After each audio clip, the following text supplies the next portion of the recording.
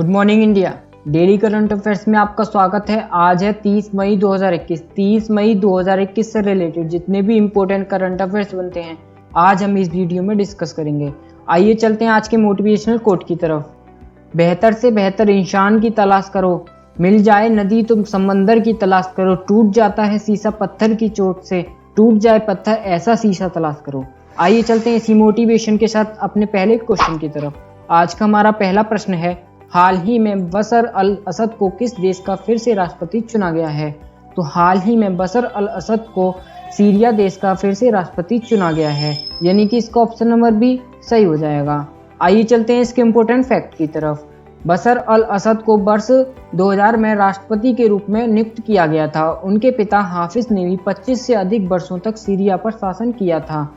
बशर Syria के दूसरे सबसे लंबे समय तक सेवारत राष्ट्रपति हैं और बशर चौथी बार सीरिया के राष्ट्रपति बने हैं। आइए इसी के साथ चलते हैं अपने अगले प्रश्न की तरफ।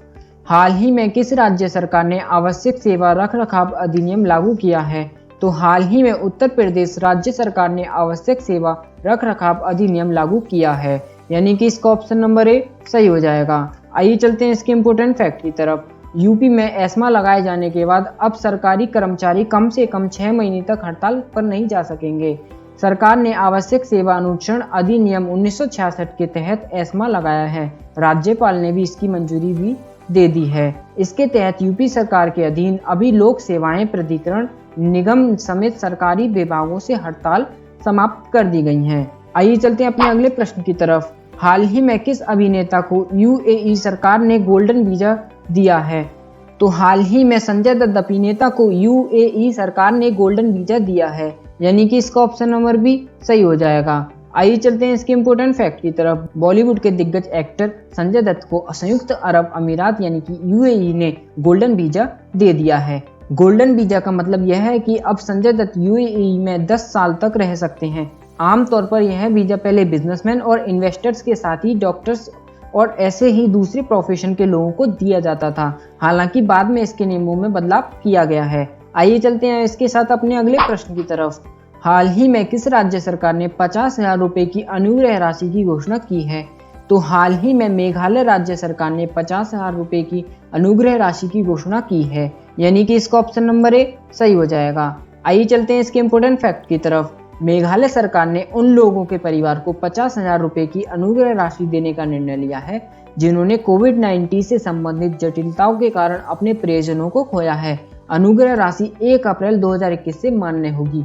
सरकार ने MHIS के तहत नामांकित उन कोविड रोगियों के लिए मेगा स्वास्थ्य बीमा योजना के तहत लाभ को 4900 रुपये से बढ़ाकर 60,000 रुपये करने का भी निर्णय लिया है। आइए चलते हैं इसी के साथ अपने अगले प्रश्न की तरफ।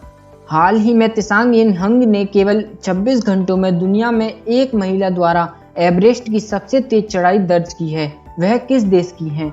तो वह हांगकांग देश की है, यानी कि इसका ऑप्शन नंबर ए सही हो जाएगा। आइए चलते हैं इसके इम्पोर्टेंट फैक्ट की तरफ।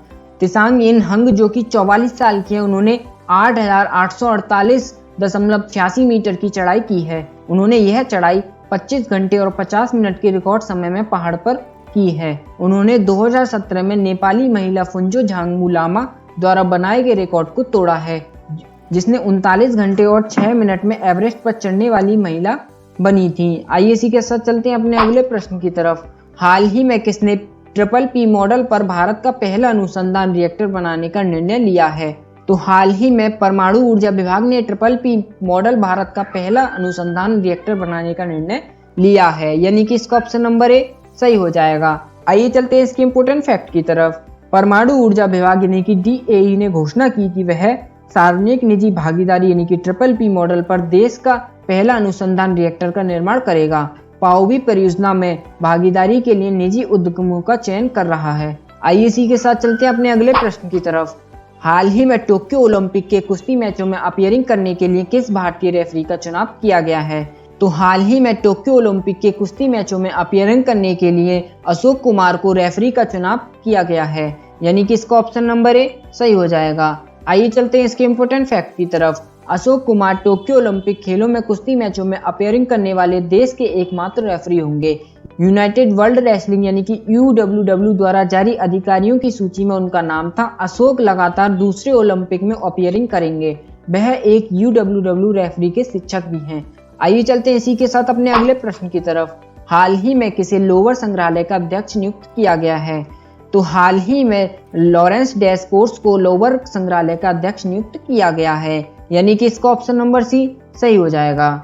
आइए इसी के साथ चलते हैं इसके इम्पोर्टेंट फैक्ट की तरफ। इस संग्रहालय के 228 साल के इतिहास में पहली बार ऐसा हुआ है कि किसी महिला को इसका अध्यक्ष नियुक्त किया गया है। लोवर पेरिस में स्थित दुनिया का सबसे बड़ा कला संग्रहालय है। लॉरेंस डेस्कोर्स वर्तमान अध्यक्ष जीन क्ल्यूक मार्टिनेज का स्थान लेंगी। लॉरेंस डेस्कोर्स आगामी सितंबर में इस संग्रहालय के अध्यक्ष का पदभार ग्रहण करेंगी। आइए इसी के साथ चलते हैं अपने अगले प्रश्न की तरफ। हाल ही में किस राज्य सरकार ने उज्जैनी बांध के पानी को इंदापुर में डाइवर्ट करने के अपने फैसले को रद्द कर लिया है? तो हाल ही में महाराष्ट्र राज्य सरकार ने उज्जैनी बांध के पानी को इंदापुर में डाइवर्ट करने के अपने फैसले को रद्द कर दिया है, यानी कि इसका ऑप्शन नंबर सी सही हो जाएगा। आइए चलते हैं इसके इम्पोर्टेंट फैक्ट की तरफ। किसानों द्वारा किए जा रहे विरोध प्रदर्शन के कारण महाराष्ट्र सरकार को अपना फैसला रद्द करना पड़ा है। उज्जैनी बांध कृष्णा नदी की सहायक नदी भीमा नदी पर स्थित है। इसे भीमा बांध या सिंचाई प्रोजेक्ट भी कहा जाता है। यह बांध महाराष्ट्र के सोलपुर जिले के उज्जैनी गांव के नजदीक है। आइए इसी के साथ चलते हैं अपने अगले प्रश्न की तरफ। हाल ही में नॉर्वे एवं जर्मनी ने किस प्रोजेक्ट का उद्घाटन किया है? तो हाल ही में नॉर्वे एवं जर्मनी ने नोर्ड लिंक प्रोजेक्ट का उद्घाटन किया है, यानी कि इसका ऑप्शन नंबर सी सही हो जाएगा। आइए चलते हैं इसके इम्पोर्टेंट फैक्ट की तरफ। यह दोनों देशों के इलेक्ट्रिसिटी नेटवर्क को जोड़ता है। इस प्रोजेक्ट की लागत $2.4 मिलियन है। इस प्रोजेक्ट के तहत जर्मनी अपने सरप्लस इलेक्ट्रिसिटी को नॉर्वे भेजेगा, जहां इसे स्टोर किया जाएगा और जब जर्मनी को जरूरत पड़ेगी तब अपने यहाँ मंगा लेगा। 623 किलोमीटर लंबा यह केवल जर्मनी के उत्तरी राज्य स्लेस्विग होल्स्टीन से उत्तरी सागर से होते हुए दक्षिण नॉर्वे के टोन स्टेट तक जाता है। आइए इसी के साथ चलते हैं अपने अगले प्रश्न की तरफ। हाल ही में यूपीआई नेटवर्क से लिंक करने वाला पहला डिजिटल वॉलेट कौन सा बन गया है? तो हाल ही में यूपीआई नेटवर्क से लिंक करने वाला पहला डिजिटल वॉलेट पॉकेट बन गया है, यानी कि इसका ऑप्शन नंबर सी सही हो जाएगा। आइए चलते हैं इसके इम्पोर्टेंट फैक्ट की तरफ। देश के बड़े निजी बैंकों में से एक आईसीआईसीआई बैंक ने डिजिटल वॉलेट पॉकेट को लेकर एक नई सर्विस की शुरुआत की है। बैंक के डिजिटल पॉकेट को आप यूपीआई यानी कि यूनिफाइड पेमेंट्स इंटरफेस आईडी से लिंक कर सकते हैं, लेकिन इसके लिए आपको सेविंग बैंक अकाउंट की जरूरत नहीं होगी। अभी यूपीआई आईडी को सिर्फ सेविंग बैंक अकाउंट से ही लिंक किया जा सकता है। नए यूजर्स जो कि आईसीआईसीआई बैंक के कस्टमर नहीं भी हैं, वो भी तुरंत यूपीआई आईडी हासिल कर सकते हैं, जो कि ऑटोमेटिक तरीके से पॉकेट से लिंक हो जाएगा। जिन ग्राहकों के पास पहले से यूपीआई आईडी है, उन्हें एक नया आईडी मिलेगा जब वो पॉकेट्स ऐप में लॉगिन करेंगे। आईसीआईसीआई बैंक इस सुविधा को शुरू करने वाला एक पहला बैंक है। आइए चलते हैं अपने अगले प्रश्न की तरफ। हाल ही में 29 मई को विश्व भर में कौन सा दिवस मनाया जाता है? तो हाल ही में 29 मई को विश्व भर में विश्व पाचन स्वास्थ्य दिवस मनाया गया है, यानी कि इसका ऑप्शन नंबर सी सही हो जाएगा। आइए चलते हैं इसके इम्पोर्टेंट फैक्ट की तरफ। हर साल विश्व पाचन स्वास्थ्य दिवस यानी कि वर्ल्ड डाइजेस्टिव हेल्थ डे यानी कि WDHD 29 मई को मनाया जाता है। रोग और या विकार की रोकथाम, व्यापकता, निदान और प्रबंधन उपचार के बारे में आम जनता में जागरूकता बढ़ाने के लिए प्रत्येक वर्ष यह दिवस एक विशेष पाचन रोग या विकार पर केंद्रित होता है। 2021 का विषय क्या था? Obesity and ongoing pandemic. आइए इसी के साथ चलते हैं अपने अगले प्रश्न की तरफ। हाल ही में किस राज्य सरकार ने होम आइसोलेशन रोगियों के लिए MHIM मोबाइल ऐप लॉन्च किया है?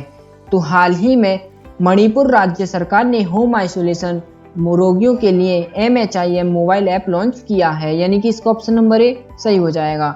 आइए चलते हैं इसके इम्पोर्टेंट फैक्ट की तरफ। मणिपुर के मुख्यमंत्री N बीरेन सिंह ने Manipur home isolation management mobile application launch किया है। यह होम आइसोलेशन रोगियों के लिए उपलब्ध होगा। आइए चलते हैं अपने अगले प्रश्न की तरफ। हाल ही में अमेरिकी राष्ट्रपति जो बाइडेन ने किस भारतीय अमेरिकी को अमेरिका और विदेश वाणिज्यिक सेवा के महानिदेशक के रूप में नियुक्त किया है? तो हाल ही में अमेरिकी राष्ट्रपति जो बाइडेन ने अरुण बैंकटर्मन को भारतीय अमेरिकी को अमेरिका और विदेश वाणिज्यिक सेवा के महानिदेशक के रूप में नियुक्त किया है, यानी कि इसका ऑप्शन नंबर सी सही हो जाएगा। आइए चलते हैं इसके इम्पोर्टेंट फैक्ट की तरफ। साथ ही उन्हें वाणिज्यिक विभाग में वैश्विक बाजारों के सहायक सचिव के लिए भी नामित किया गया है। अरुण बैंकटर्मन अभी वाणिज्य सचिव के सलाहकार हैं। व्हाइट हाउस की ओर से जारी बयान के अनुसार बैंकटर्मन को कंपनियों को अंतर्राष्ट्रीय संगठनों और अंतर्राष्ट्रीय व्यापार के मुद्दों पर अमेरिकी सरकार को सलाह देने का 20 साल से ज्यादा का अनुभव है। इससे पहले बैंक टर्मन ओबामा प्रशासन की भी मदद कर चुके हैं। आइए इसी के साथ चलते हैं अपने अगले प्रश्न की तरफ। हाल ही में किस देश की सरकार ने खुफिया विभाग से 90 दिनों में कोविड-19 उत्पत्ति का पता लगाने का निर्देश दिया है? तो हाल ही में अमेरिका देश की सरकार ने खुफिया विभाग से 90 दिनों में कोविड-19 की उत्पत्ति का पता लगाने का निर्देश दिया है, यानी कि इसका ऑप्शन नंबर सी सही हो जाएगा। आइए चलते हैं इसके इम्पोर्टेंट फैक्ट की तरफ। अमेरिकी राष्ट्रपति जो बाइडेन ने अपने खुफिया विभाग को आदेश दिया है कि 90 दिनों के अंदर यह पता लगाए कि क्या कोरोना वायरस चीन द्वारा जानबूझकर फैलाया गया है या चीन की प्रयोगशाला में अनजाने में इसकी उत्पत्ति हुई है। आइए इसी के साथ चलते हैं अपने कल के पहले क्विज की तरफ। कल का हमारा पहला क्विज था, हाल ही में भारत के किस राज्य में अफ्रीकी वायलेट पौधे की नई प्रजाति की खोज की गई है?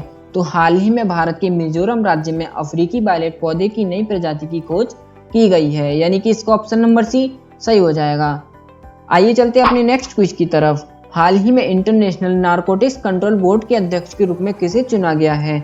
तो हाल ही में राजेश बंसल को इंटरनेशनल नारकोटिक्स कंट्रोल बोर्ड का अध्यक्ष चुना गया है, यानी कि इसका ऑप्शन नंबर ए सही हो जाएगा। आइए चलते हैं आज के अपने पहले क्विज की तरफ। हाल ही में किस आईआईटी ने अनोखा डिटेक्टर फेक बक्स्टर विकसित किया है?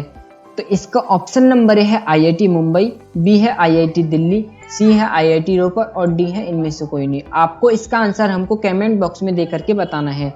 आइए इसी के साथ चलते हैं अपने नेक्स्ट क्विज की तरफ। हाल ही में एंडी जेसी को किस कंपनी का सीईओ नियुक्त किया गया है? तो इसका ऑप्शन नंबर ए है फ्लिपकार्ट, बी है अमेजोन और सी है गूगल पे और डी है इनमें से कोई नहीं। आपको इसका भी आंसर हमको कमेंट बॉक्स में देकर के बताना है। थैंक यू, आज के लिए बस इतना ही। आप हमारे डिस्क्रिप्शन में जाकर के 30+ करंट अफेयर की पीडीएफ डाउनलोड कर सकते हैं। If you like our video then subscribe our channel and press the bell icon.